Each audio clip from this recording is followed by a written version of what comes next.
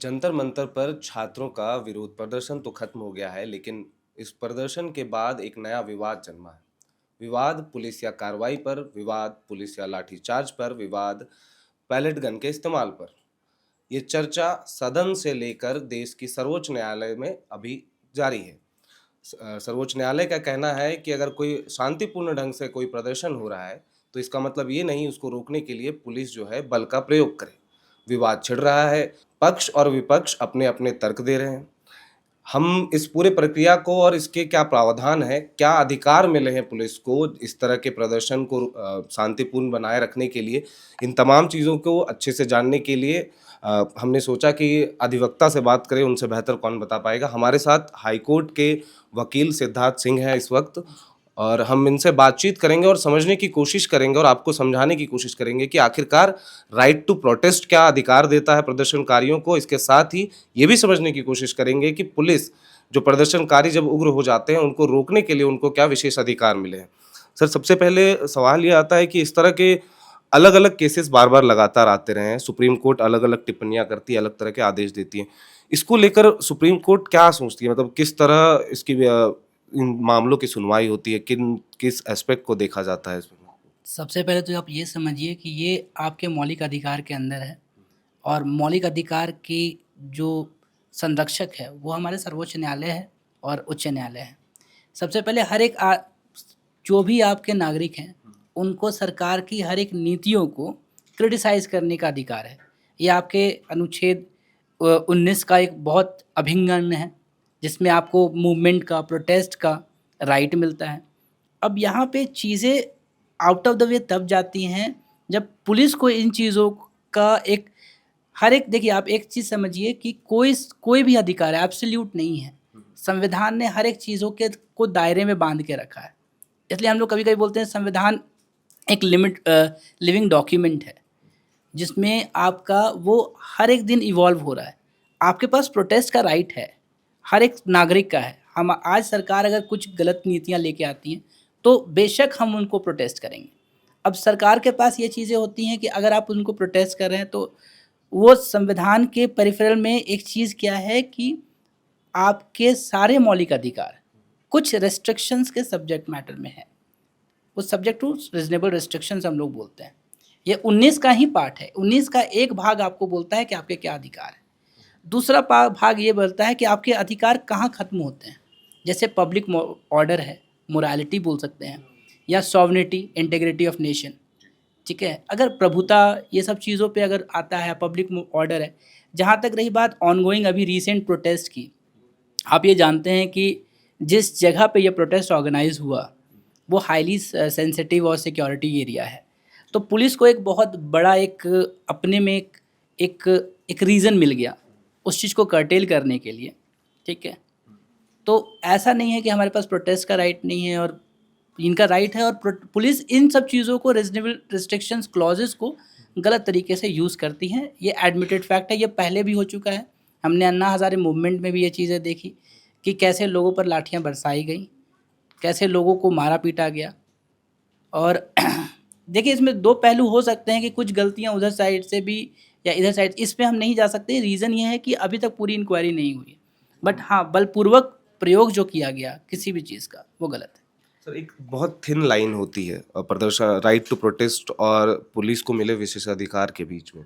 जी। तो अगर मान लीजिए ये संतुलन बनाना है, तो क्या नियम कहता है? पुलिस को क्या विशेषाधिकार हैं कि कितनी हद तक अगर ये प्रोटेस्ट आगे उग्र होती है, या कुछ ऐसे लिमिटेशंस या कुछ चीज़ें हैं, तय मापदंड कुछ?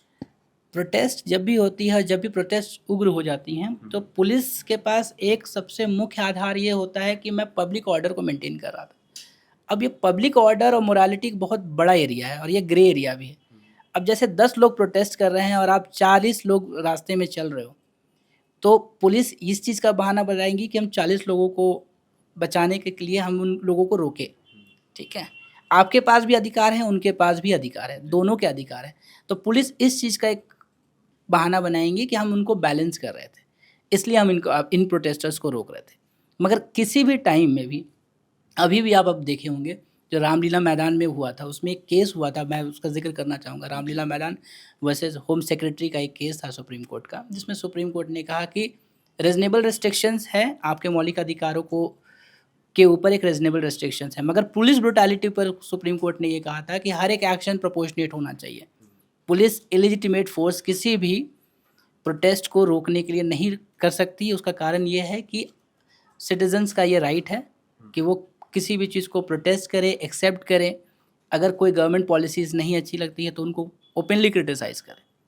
सर, एक सवाल ये भी है कि क्या बिना वजह या बिना आदेश के लाठीचार्ज या इस तरह के एक्शन लेना, मतलब हिंसा जिसमें प्रदर्शित होती हो, इसको लेकर सुप्रीम कोर्ट ने किसी तरह के आदेश दिए हैं मुआवजे को लेकर? जैसे कोई चोटिल हो जाता है पुलिस के लाठीचार्ज से, तो इसको लेकर कुछ प्रावधान है या सुप्रीम कोर्ट ने कुछ अधिकार दिए हैं, मतलब जनता को यहाँ के?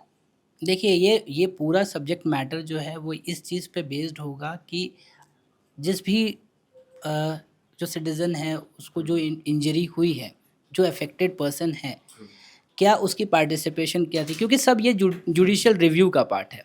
तो ये केस टू केस आपका डिफरेंट होता है ये। आपका कौन-सा केस में अगर कोर्ट ने ये चीज़ अपने इंक्वायरी में पा ली, during the course of proceedings अगर उन्होंने समझ लिया कि नहीं पुलिस ने ये गलती किया है, तो पास्ट में भी और मुझे लगता है कि रीसेंट हिस्ट्री में भी आपको ये बहुत सारे केसेस के प्रेसिडेंट मिलेंगे, जिसमें कोर्ट्स ने कॉम्पेंसेशन अवार्ड किया है, स्टेट गवर्नमेंट और सेंट्रल गवर्नमेंट को डायरेक्ट किया है। ये आपका सिविल एंड क्रिमिनल दोनों में होता है। अगर किसी भी सिटीज़न को क्योंकि स्टेट मशीनरी कहीं डिले कर रही है या फिर कहीं कहीं ज़्यादती कर रही है, इन दोनों केसेस में कोर्ट का इंटरवेंशन बहुत अच्छे से होता है। हम आए दिन हम हाई कोर्ट्स और सुप्रीम कोर्ट्स के जजमेंट देखते हैं, जिसमें कोर्ट्स वहाँ पे डायरेक्शन देती है स्टेट्स और सेंट्रल्स को कि आपको यहाँ पे इनको कॉम्पेंसेट करना चाहिए। सर, एक चीज़ और है कि भीड़ नियंत्रण करने के लिए पुलिस ऐसे बिना पूछे या बिना किसी गाइडलाइन के तहत लाठीचार्ज कर सकती है? इसके लिए कोई अनुमति लेनी पड़ती है, मजिस्ट्रेट हो या फिर वहाँ के जो पुलिस अधीक्षक हों, इन ये कोई प्रावधान है इसको लेकर के? देखिए, इसमें तो ऑब्वियसली कि परमिशन रिक्वायर्ड है, बट कुछ केसेज़ में देखिए हर एक स्टेट का अपना अलग पुलिस एक्ट है।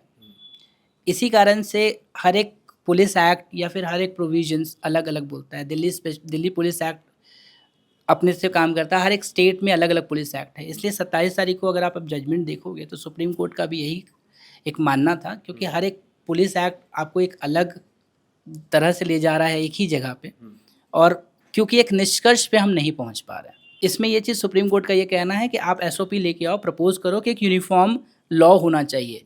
क्योंकि हर आप एक चीज़ समझो कि अगर मैं झारखंड में एक अलग कानून होगा, दिल्ली में कोई अलग कानून होगा, तो यहाँ पे क्या होगा ना कि सिटीज़न्स के साथ नाइंसाफ़ी होंगी। क्योंकि मौलिक अधिकार एक ही हैं और आप डिफरेंशियल ट्रीटमेंट कर रहे हो, एक ही लॉ के अकॉर्डिंग। इसलिए कोर्ट का कहना था कि हम इस चीज़ को क्यों ना ऐसा करें कि हम पूरे भारतवर्ष में इसको एक यूनिफ़ॉर्म कानून के तहत इसको लागू करें कि पुलिस क्या कर सकती है, नहीं। पुलिस की कोड ऑफ कंडक्ट्स कोड है, अपने एक्ट्स हैं, बट उसमें कहीं स्पेसिफाइड नहीं है। तो एक स्पेसिफिक कानून की बहुत आवश्यकता है आज के डेट में, जिसको सुप्रीम कोर्ट ने एड्रेस किया। सर, भीड़ नियंत्रण के लिए कई बार हम देखते हैं कि कई जगह पर प्रदर्शनकारियों पर जो है फायरिंग की जाती है, हवाई फायरिंग की जाती है। जिस तरह अभी हाल के दिनों में नीट प्रदर्शन को भी हमने देखा कि सिवान, बिहार के सिवान जिले में भी AK-47 से गोली चली, वीडियो भी वायरल हुआ इसको। इसको लेकर क्या मतलब निर्देश, दिशा निर्देश हैं कोर्ट के या फिर कानून की किताब में, इसको लेकर क्या जिक्र है? कानून की किताब इसमें आपका एक बहुत स्पष्ट ये कहना है कि कोई भी फ़ोर्स आप जो लगाते हो प्रोपोर्शनेट होता है। आपने जो बिहार के बारे में अभी जो बात चर्चा की कि जहाँ पे गोलियाँ चली, इसको सुप्रीम कोर्ट ने बहुत अच्छे से क्रिटिसाइज़ किया, उस स्टेट गवर्नमेंट से जवाब माँगा कि आपने ऐसा किया। आपने भी शायद ये चीज़ देखा होगा, मल्टीपल हमने रीडिंग्स पढ़ी, इसमें आर्टिकल्स आए कि जिस जिस भी ऑफ़िसर ने वो चीज़ किया था उनको इमीडिएट सस्पेंड किया गया। इससे ये स्पष्ट है कि उनके पास ये अधिकार तो है नहीं, ये अधिकार नहीं है, क्योंकि आपको किसी भी आप भीड़ नियंत्रण कर रहे हो, और नियंत्रण किसको कर रहे हो? आप सिटीज़न्स को कर रहे हो, जो पीसफुल प्रोटेस्ट है। आप समझिए कि प्रोटेस्ट वायलेंट हुआ तब आप फ़ोर्स यूज़ कर सकते हो, मगर वो रीज़नेबल फ़ोर्स होता है। जैसे सेल्फ डिफेंस भी हम लोग लॉ में पढ़ते हैं, तो सेल्फ डिफेंस भी बोलते हैं प्रोपोर्शनेट होना चाहिए। कोई अगर आपको एक तमाचा मार रहा है तो आप उसे गोली से नहीं मार दोगे, ठीक है? तो ये सेम चीज़ एप्लीकेबल स्टेट्स पर भी है।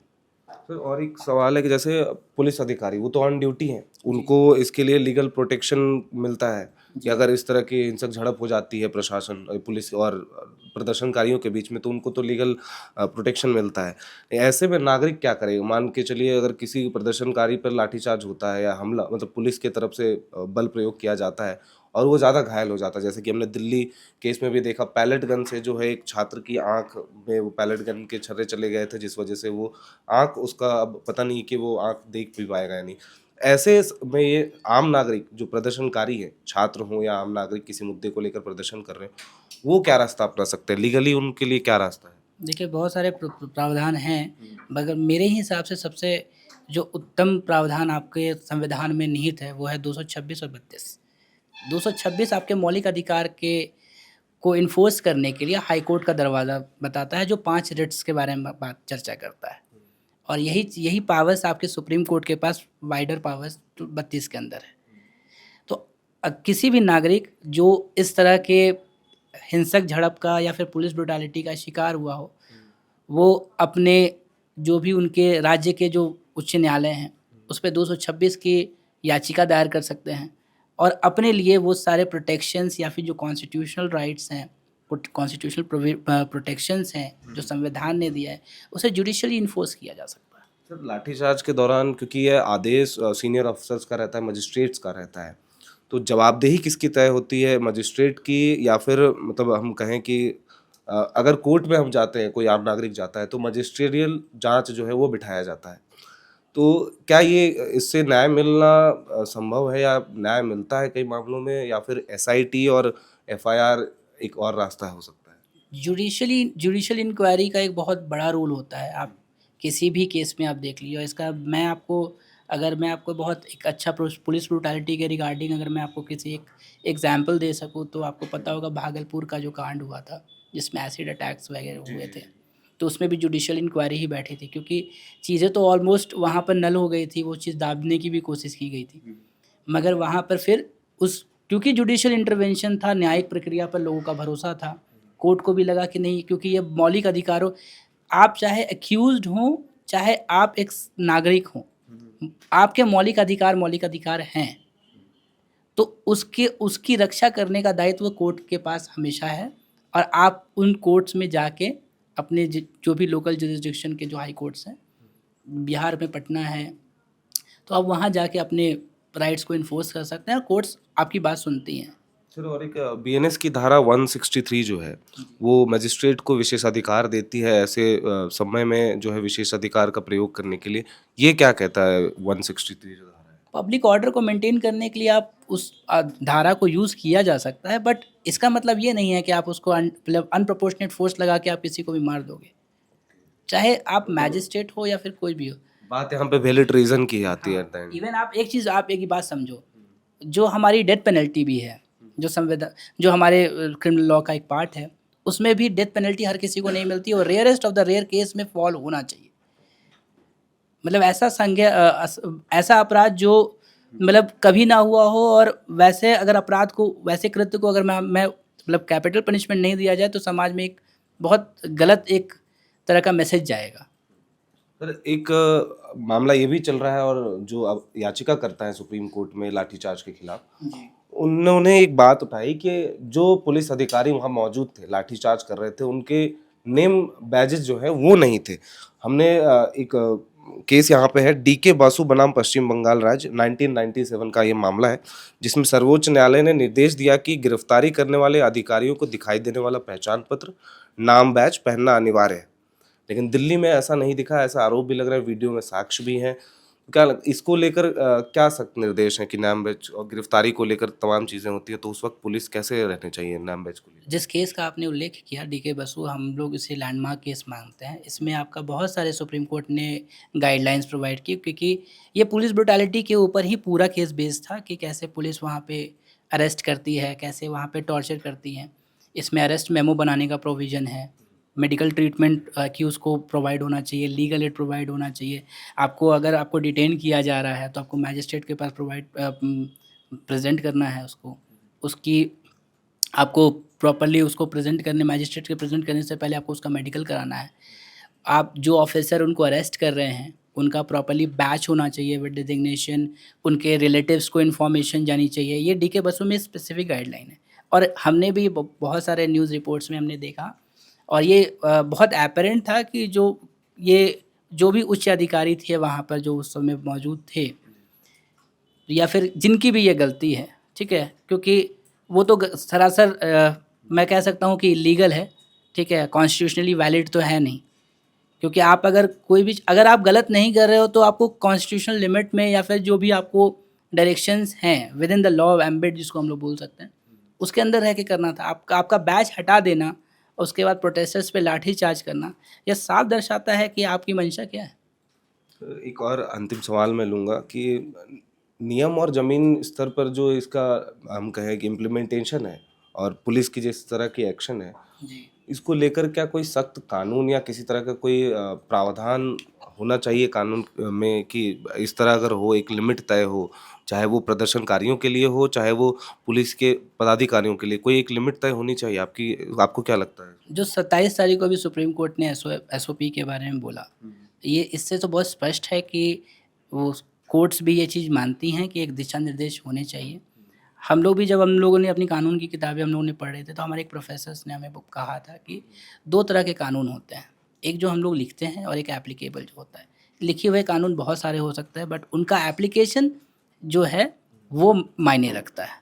सर, एक अंतिम सवाल लूँगा कि कोई आम नागरिक है, प्रदर्शन में वो चला गया, शांतिपूर्ण प्रदर्शन कर रहा है वो, उस पर लाठीचार्ज होता है या बल का प्रयोग होता है, वो जब घायल हो जाता है, उसके बाद सबसे पहले उनको क्या करना चाहिए कानूनी प्रक्रिया के तहत?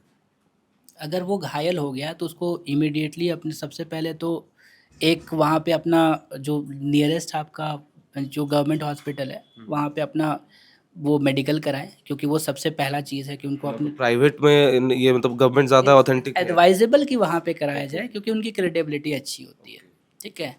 एंड उसके बाद जो भी अगर आपको पता है कि कौन से अधिकारी ने आपके साथ क्या बर्बरता की है, ये आम नागरिक के लिए, ये प्रोटेस्ट के लिए नहीं, एक आम नागरिक के लिए, तो आप उनके हायर ऑफिशियल्स के पास जा सकते हो कि साहब इन्होंने हमारे साथ ऐसा ऐसा किया, file a lodge specific complaint. अगर वो नहीं सुनते हैं तो आप फिर उनके हिसाब से जो सुपरिटेंडेंट, जैसे higher officials mainly superintendent of police वगैरह होते हैं, अगर वो नहीं सुनते हैं तो आप मैजिस्ट्रेट को एक एप्लीकेशन लगा सकते हो कि ये चीज़ है, तो मैजिस्ट्रेट फिर उसमें इंक्वायरी करके वो केस दर्ज करके वो अप्रोप्रिएट लीगल प्रोसीडिंग इनिशिएट करेगा। तो हमने ये जानने की कोशिश की, ये चर्चा का विषय जो है काफ़ी बना हुआ है। केंद्र से लेकर विभिन्न राज्यों में पुलिस के अलग नियम हैं और कई तरह के प्रावधान हैं, विशेष अधिकार है। इस बीच में प्रदर्शनकारी जो हैं वो कभी उग्र हो जाते हैं तो पुलिस बल का प्रयोग करती है। इसको लेकर बहस अभी चल ही रही है। सुप्रीम कोर्ट में ये केसेस जो है एक साथ सुनवाई इनकी हो रही है, जो तमाम राज्यों से अलग-अलग, बिहार हो चाहे बंगाल हो जहाँ पे हिंसा हुई है और इस तरह लाठीचार्ज करने की नौबत आई है, इन तमाम मुद्दों पर जो है केस अभी चल रहा है सुप्रीम कोर्ट में। हमने ये जानने की कोशिश की कि एक आम नागरिक जो शांतिपूर्ण तरीके से प्रदर्शन कर रहा है, उसके पास राइट टू प्रोटेस्ट के अधीन जो है क्या-क्या अधिकार है, और साथ ही ये भी जानने की कोशिश की कि पुलिस कब तक और क्या विशेष अधिकार है उनके पास लाठीचार्ज या बल के प्रयोग के लिए। इस पूरे बातचीत में हमारे साथ अधिवक्ता सिद्धार्थ सिंह जी थे। बहुत-बहुत शुक्रिया आपका कि आपने इतने आसान भाषा में जो दर्शकों को बताने की कोशिश की कि आखिरकार जो अगर लाठीचार्ज होता है या किसी तरह का बल प्रयोग होता है, तो क्या जो आम नागरिक है या जो प्रदर्शनकारी हैं, उनको सबसे पहले क्या करना चाहिए और किस तरह जो है वो न्यायिक प्रक्रिया में जा सकते हैं। तो इस वीडियो में फ़िलहाल इतना ही। आपको क्या लगता है कि सुप्रीम कोर्ट ने जो टिप्पणी की है कि आंदोलन का जवाब लाठीचार्ज कभी नहीं होना चाहिए, इसको लेकर आप क्या सोचते हैं? और इस तरह प्रोटेस्ट में जो छात्र घायल हुए हैं, पुलिसकर्मी भी कई घायल हुए हैं, इन तमाम मुद्दों को लेकर आप क्या सोचते हैं? अपनी राय कमेंट बॉक्स में ज़रूर बताएँ और इसी तरह के महत्वपूर्ण चर्चाओं के लिए बने रहें एयरनाउ के साथ। बहुत-बहुत शुक्रिया। FRP pressure vessels are made using fiber reinforced plastic, a powerful combination of high strength glass fibers and corrosion resistant resin. At Duraplast, we manufacture these vessels using advanced filament winding technology. Layer by layer, resin coated glass fibers are precisely wound over a rotating mold, creating a structure that is lightweight, high strength, and built to handle pressure. The result? Superior corrosion resistance, longer lifespan, lower maintenance costs for industries that demand performance without compromise. For customized FRP pressure vessel solutions,